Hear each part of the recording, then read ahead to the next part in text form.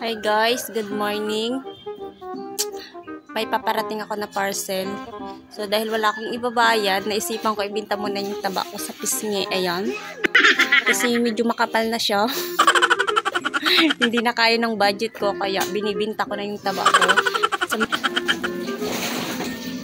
Ayan, sa mga payat dyan, nananawagan ako na kung kailangan nyo ng emergency taba, ayan, binibinta ko na yung taba ko sa mukha ko. Gusto ko nang pabawasan. Dagdag kasi siya stress, nakakabigat ka sa mukha, ang kapal-kapal. Sa sobrang kapal ng mukha ko, pati ulam ng ka-boarding house ko, hinihingi ko na lang. Kaya ayan, kaya siguro sobrang taba ko dito, no? Kasi maraming biyayang dumarating. Kaya ngayon, binibinta ko na siya. Ayan.